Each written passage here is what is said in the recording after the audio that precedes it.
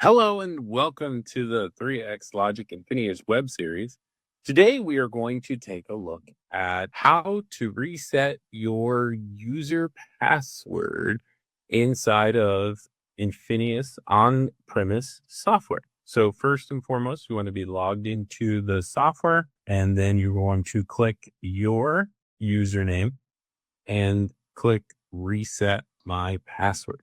Once you do that, it will prompt you to input your old password and then put in your new password. For whatever reason, you're not able to log into the software, then you can also reset your password with a temporary username and password. Just have a administrator log into the software, and then you would go to the People tab, and inside the People tab, then you can find your user that you are trying to reset, and you click the edit button, or you could double click on the user and go to role and generate a temporary password for that user.